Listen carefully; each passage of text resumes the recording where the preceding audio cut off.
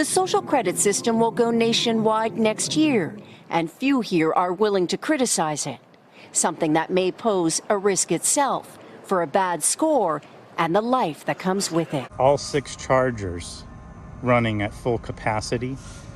That's like 1,080 homes on the grid.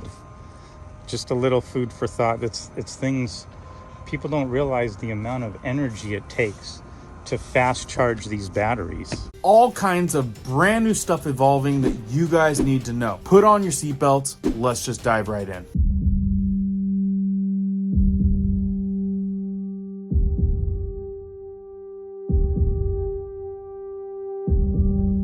If you guys are brand new to our awesome community where we do prepping tips, emergency preparedness how-tos, and most importantly, we go over news and awareness, stuff you probably want to know about that you might not be seeing out there, be sure to hit the notification bell so you guys can stay up to date. Let's jump into this one. Lots of things to talk about on the list. First on the list is shrinkflation. Have you guys noticed it? Prices have gone through the roof, but have you noticed people with savings, they're starting to dip into their savings? Is there anyone here that can agree with that? Put it down in the comments below. Let me know if you guys are seeing shrinkflation due to the inflating prices that we've dealt with for the last year or two. So what's going on?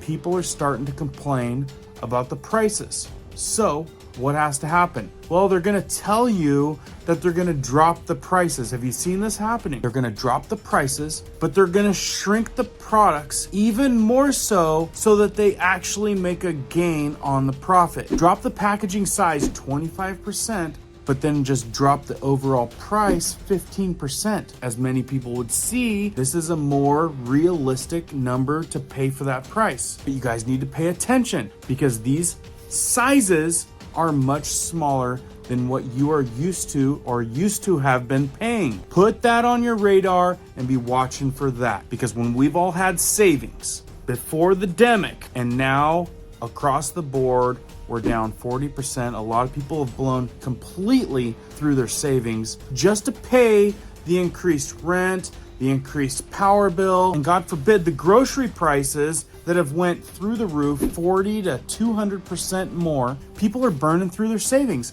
Some don't even have a savings any longer. So remember, when people only have X amount to spend, they have to spend less. If a company still wants to make sales, they are going to turn to shrinkflation so much and then lower prices just a little bit. Pay attention, folks. Another thing heavy on the radar that most people aren't talking about because everyone's flocking to these buzz situations, daily distractions. The grid, what this community needs to know going into wintertime is the power grid is struggling. They're tapped out. When it comes to time where everyone's going to be turning on their heaters, there's not going to be enough power to go around. Now, we've seen this even last year, and we reported on all the multiple power outages, random things causing power outages, but lots of speculation. Was it really purposeful scenarios for power conservation? Were they conserving? Were these situations happening to conserve power? Let me know. I know a lot of you dealt with power outages last year. This year is expected to be even worse. For example, you see these guys pushing all of this electric vehicle charging systems popping up everywhere. You've seen it. Does anyone here realize how much power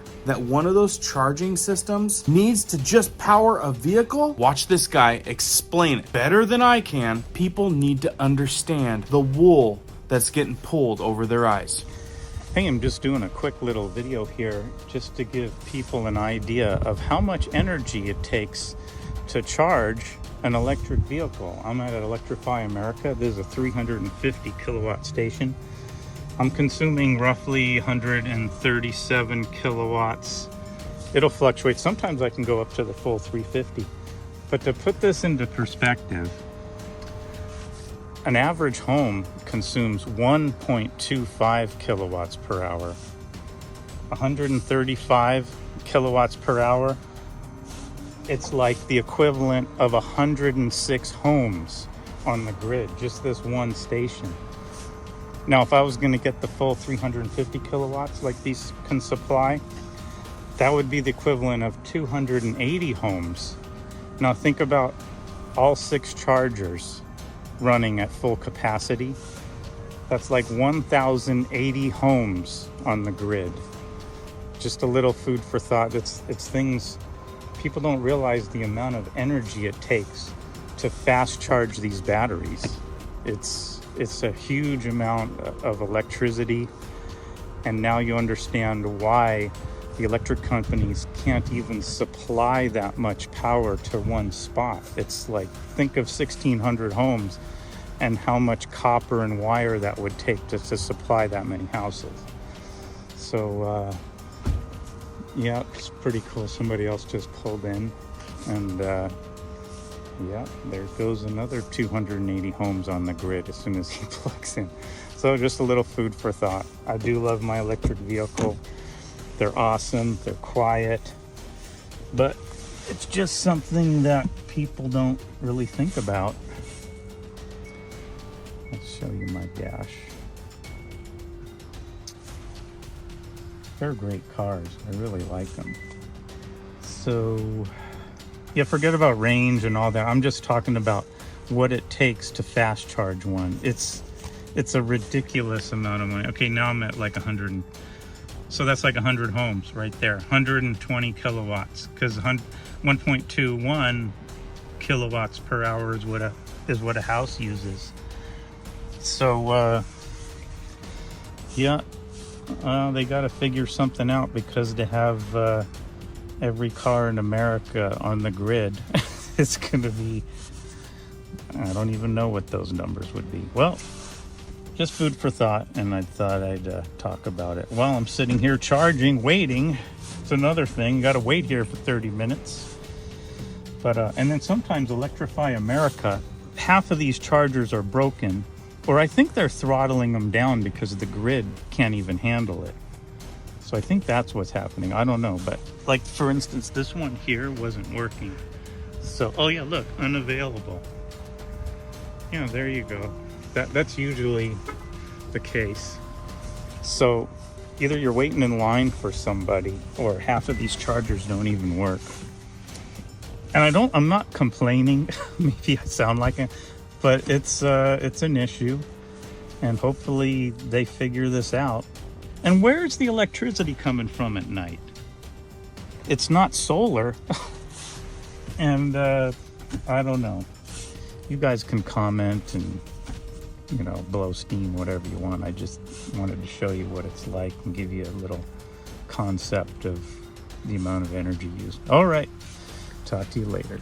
Okay, tell me what you think down in the comments right now, what you think about what that guy had to say. Now, right off the bat, I'm thinking he had a lot of great points, and I've heard this several times. But I don't think people understand that these things take that much power. One charging station, thousands of homes. That's the equivalent. And as they talk about global heating, maybe even warming, the big push for renewable energy. When they get 290.8 million cars, that was as of 2022, running on this recharging system, these solar cars, with these renewable battery cars, where's the power gonna come from? As they grow more and more of these things, it is ripping the life and the blood out of our energy system. And like the guy said, it's nighttime. Where's the power coming from? I mean, in my area, it's dams. The only place we get it from dams. Some areas are running strictly off of solar power, wind power, but in our case here in Central Washington, we send all of our dam power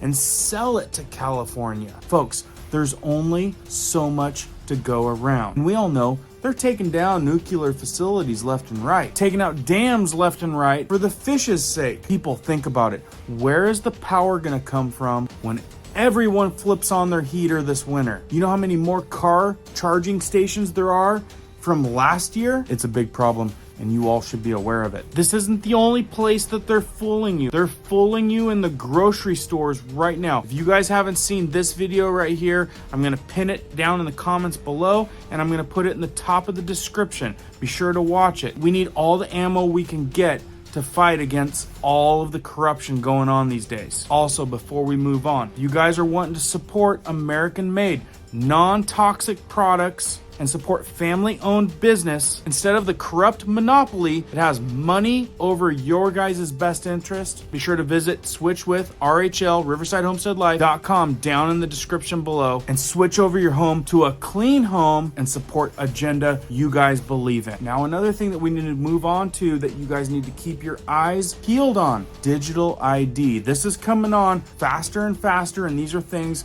and signs and signals that you need to keep your eyes peeled and watching for. Listen to what this parliament member has to say. I just left the room where we had the negotiations about the digital identity, and I have bad news. The member states and the European Parliament came to an agreement. It means that probably not far from now, the digital identity will be effect in the European Union. Right after this agreement, Commissioner Breton said, now we have the digital identity wallet, we have to put something in it. And what he meant was the digital euro, also known as the central bank digital currency. And this is a very bad development. They always promise us not to make this connection.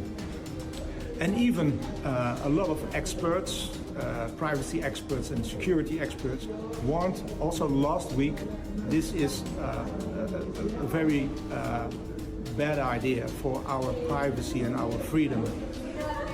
And still, this digital identity is pushed through. But it's not too late, because we still have to vote on this in the plenary. So what you can do, send your MEP from your member state an email and tell him or tell her that you are against this tool. It's already happening. Can you imagine having to go to a grocery store to get what you need to feed you and your family? You can't even access the grocery store without scanning a QR code. You're on a business trip. You're staying in Greenwich. And you want to buy some food. So you go into the local Aldi's, like this one. And you think, I'm going to go in here and buy some food so that I can feed myself. And then you approach the barrier and look. You can't even get in the shop without having a QR code to scan here. Or just scan it here. And then you can go and buy things. Now this looks to me like the beginning stages of the digital prison that we keep talking about. What do you think? That right there is crazy, right? And there's some people out there that are like, oh, no big deal. If we just need a QR code to get into the store, just put a QR code on your phone. No big deal. They don't realize how big of a deal it really is. Some of these stores are already rolling this out without any authorization, under no guidelines. They're just saying, look, we've already implemented the system. This is what you got to do to get in the store. Have you seen those folks that just don't care? They're just going to put the app on their phone, the QR code on their phone. Has anyone noticed that this is already happening in China? You have to do this in China in order to get to into the grocery store. You have to have a social ID and credit score. What does that mean?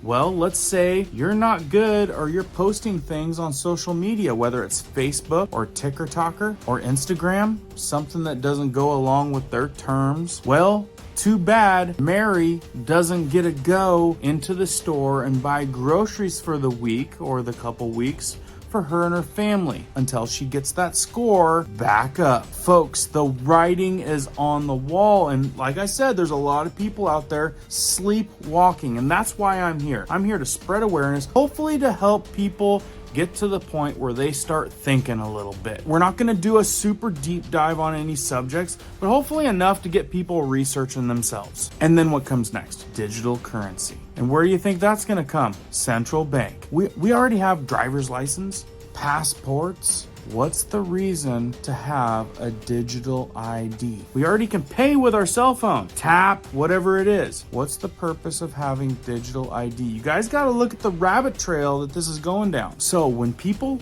start to talk about it, they think, oh, what's the big idea with a social ID? Well, social ID is going to turn into social credit scores. I don't want to agree to social credit scores. I don't want to agree to social ID. Folks, we all know what direction this is headed. I've already seen videos where they have apps over in China that you can scan your area around you and you can locate people with bad social scores so you can distance yourself from them so that it doesn't affect your social score. I've seen videos in China that if you're speeding, you get a ticket and it gets deducted out of your digital wallet. I've seen videos in China where to even get onto the train at the train station, you have to do a facial scan and have a digital ID and a digital wallet to even board a train. China, you can't even board a plane without